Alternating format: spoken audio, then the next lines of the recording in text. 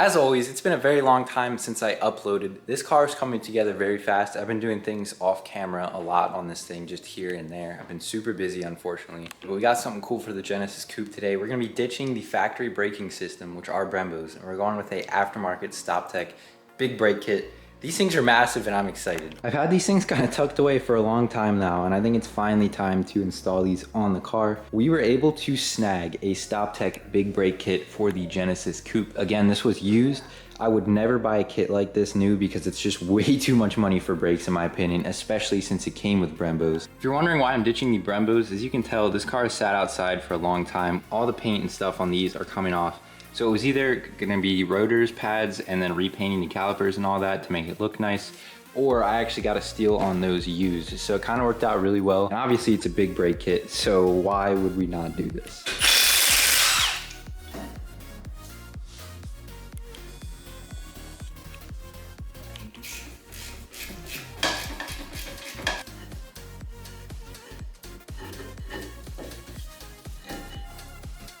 Now that we got the caliper dismounted, I have to disconnect this brake line up here. We do have new stainless steel brake lines for this kit, so we are doing away with the factory ones as well. All right, caliper number 1 is off. I'm gonna go ahead and try and drain all the brake fluid out of this thing and then compare them side by side as far as how size goes. And they're actually relatively the same size. These are the factory Brembos. This is the StopTech big brake kit. These are actually 6 piston, these are 4, so we do have 2 extra pistons in there.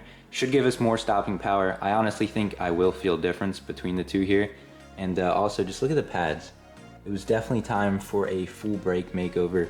It's definitely lucky to find this kit. This side's ready to go on with the new kit, and this side is mocked up just for looks. And I have to say guys, it looks absolutely ridiculous on the car. Probably gonna be a little hard to tell, but the car looks so much better with red calipers again. The yellow looked cool, but it just, when it faded and stuff, it looked so bad. So it looks really good again. I'm very happy about that. We have officially completed the front kits on each side, including the brake lines. So we are all good here, tightened up. Everything that needs Loctite has it, and we are good to go. I did already start taking apart the back as well. The rotors and the calipers are off on each side. We are going to be changing out these rear hubs due to some damage here on the studs. So I got the correct axle nut finally. We're gonna go ahead and zip that off, and hopefully these things come out really easy without fighting us too much.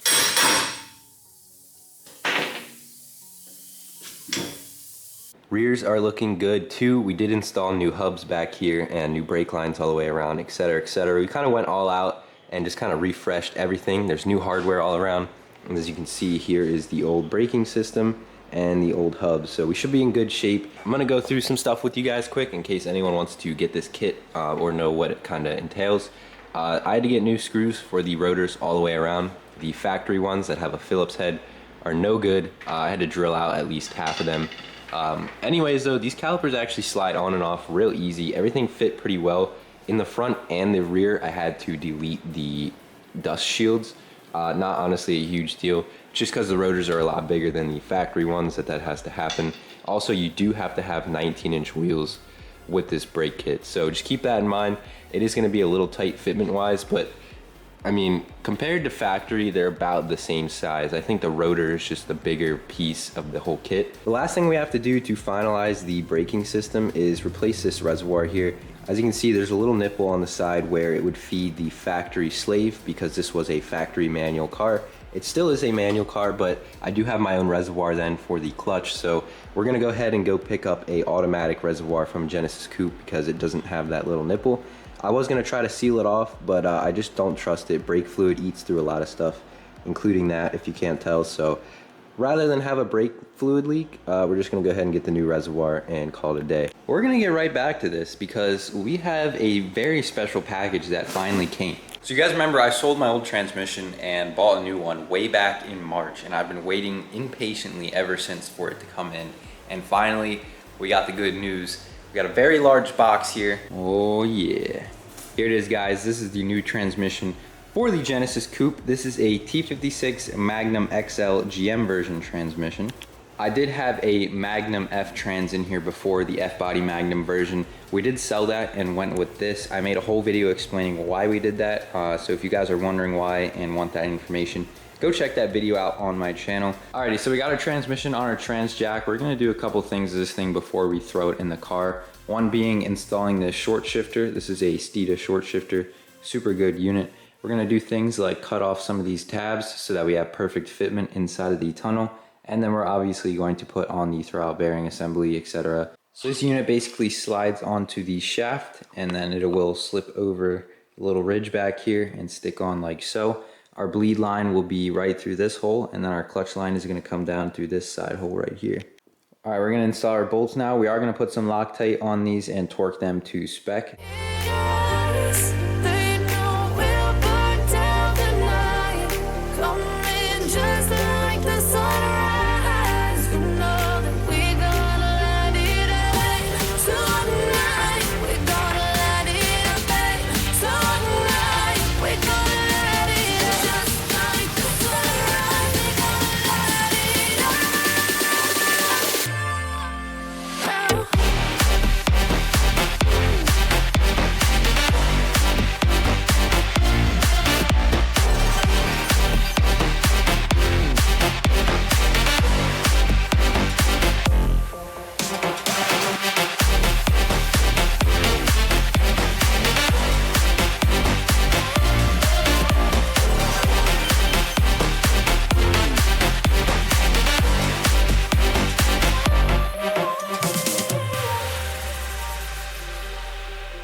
Check this out though, guys. It feels really good to me. It feels a whole lot better than that relocation kit. I mean, I'm sure you could actually two-finger it in gear. Again, this doesn't have fluid in it, and obviously it's not in the car and stuff, or broken in. It's brand new, so this feels really, really good. Really, really happy with this setup, and hopefully this is gonna get into the car and never come back out. We've had the transmission out and in, got a different one, out, and now it's going in. So hopefully we got it dialed. Last video we had an issue where it was just heating up right away and not cooling down. So there was no coolant circulation, and obviously the fans were not coming on, which is our fault. We're gonna fix the fans and show you what happened there. But as far as the cooling stuff goes, we ended up just getting all new stuff, which we actually just got today. So we're gonna go ahead and unbox that. I already have the old water pump and thermostat off of the engine, so it's a matter of just slapping the new one on and we're good to go. First up, new thermostat. Now this is a 160-degree thermostat. I believe the factory one is either a 195 or 187 or 180, something like that. We're gonna kind of just test it out and see. Hopefully keep this thing nice and cool. And then of course we got our seals and gaskets and the new water pump. Now this is a OEM. This is an AC Delco, so you know, basically OEM. This is like the middle price range, I guess, for pumps. I didn't want to go super cheap, but this should do the trick fine, and I am looking at it. Nothing is damaged. We are good to go. Now we got the new versus the old here. Now you can tell there are some differences, but for the most part they are the same. The only thing I'm kind of concerned about is we're gonna have to grind down some of the top on this one, just like this one is, to fit our 102 throttle body. Fast forward to the future, we already got the new water pump on, and everything is torqued down, including the thermostat down here. That is the only thing I did. I still have to reconnect all the hoses and stuff. So my initial plan with this was to kind of grind down the water pump like the old one was. This is like a new style casting, so we actually don't have as much material here as the old one does. You can see a seam right here. What I'm gonna do is kind of file this down, make it flat and all nice and good looking. But the main material removal I'm going to be doing, it's gonna be on the throttle body. I've been thinking about this for a little while now, but we got plenty of extra material down here. You can see it's already been grinded off a little bit. We're just gonna have to go ham with the Dremel and see what we can do. I was like, you know what, I'm feeling ambitious. Let's bleed the clutch. And come to find out, the slave cylinder's leaking now, which means the trans has to come off for probably the 8th time. It's not looking good over here. We're making like barely any progress. Actually, we're going a step backwards, and it's been a huge fight. I'd say things have been going pretty smoothly. Like I said, we're gonna go pick that reservoir up, and then we're gonna fill it, bleed the brakes, do all that. That should be okay. Parking brake seems okay too. We might have to adjust it a little bit. Other than that though, this car is absolutely fighting me every chance it gets, for real. There's a lot of stuff we did off camera, and unfortunately not a lot helped. I pointed out the oil leak at the lines right here. I took that all back apart and sealed up the threads in hopes that it wouldn't leak anymore.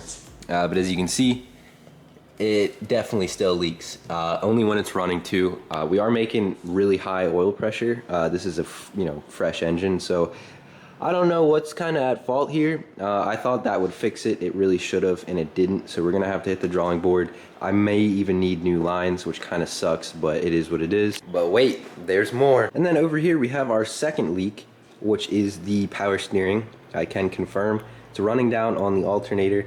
I went through and just kind of checked it over. I don't really know how it's leaking or where.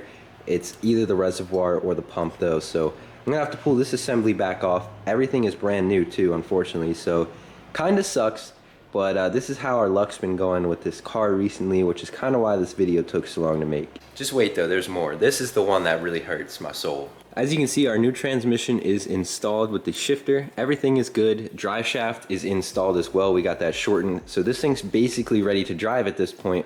I went to bleed the clutch, and unfortunately we have a leak at the slave. It's not any of the lines either.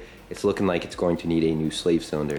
Again, the slave was brand new, so I really don't think that I messed up anything on the install. I mean, I definitely could have, but it's either a defective part or the slave is overextending. I'm running an ls1 clutch kit and all GM, OEM parts like bell housing and all that kind of stuff. So I was told I didn't need to shim it, but we're gonna have to really look into that, because I could get a new slave and put it in and the same thing might happen. They're not cheap, and I hate pulling the transmission at this point because we've had it in and out at least 20 times. So we're gonna hit that issue later though. Our main goal is I wanted to wrap the brakes up, which is cool. That's done. We'll bleed them. And then the two leaks I tried to fix. I was hoping they would get fixed, and they didn't. So that's going to be our main focus. We want to get this thing pretty much ready to go and leave the last piece being the slave. Save the worst for last, essentially.